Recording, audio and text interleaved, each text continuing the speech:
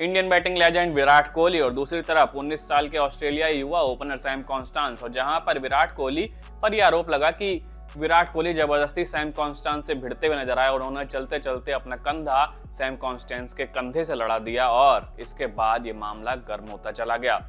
अब ये मामला यहां तक पहुंच चुका है कि आईसीसी ने इस पर एक्शन लेते हुए विराट कोहली पर 20% मैच फीस का जुर्माना लगाया है, साथ ही उन्हें एक डीमेरिट पॉइंट भी दिया है।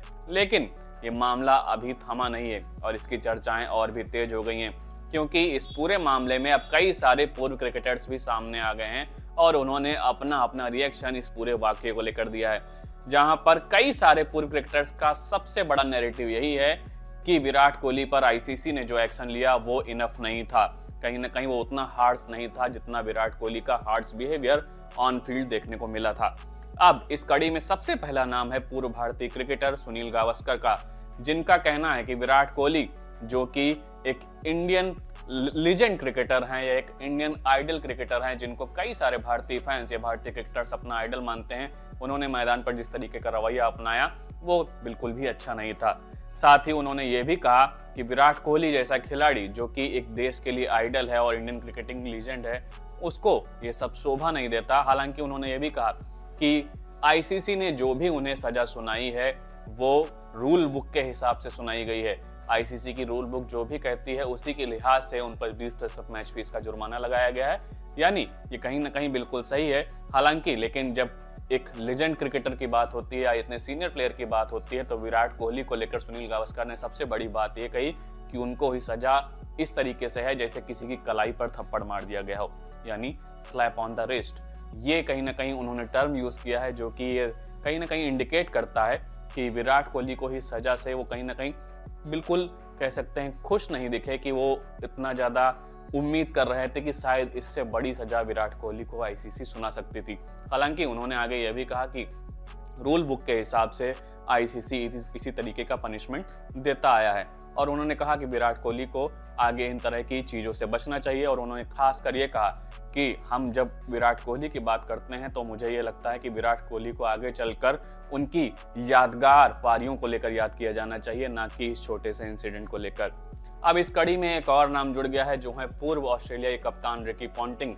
उन्होंने भी इस पूरे वाकये पर अपना रिएक्शन दिया और उन्होंने खासकर ये कहा कि विराट कोहली जैसा लीजेंड क्रिकेटर और एक आइडल क्रिकेटर जब मैदान पर ऐसा करता है तो ये बिल्कुल भी नागवार गुजरता है।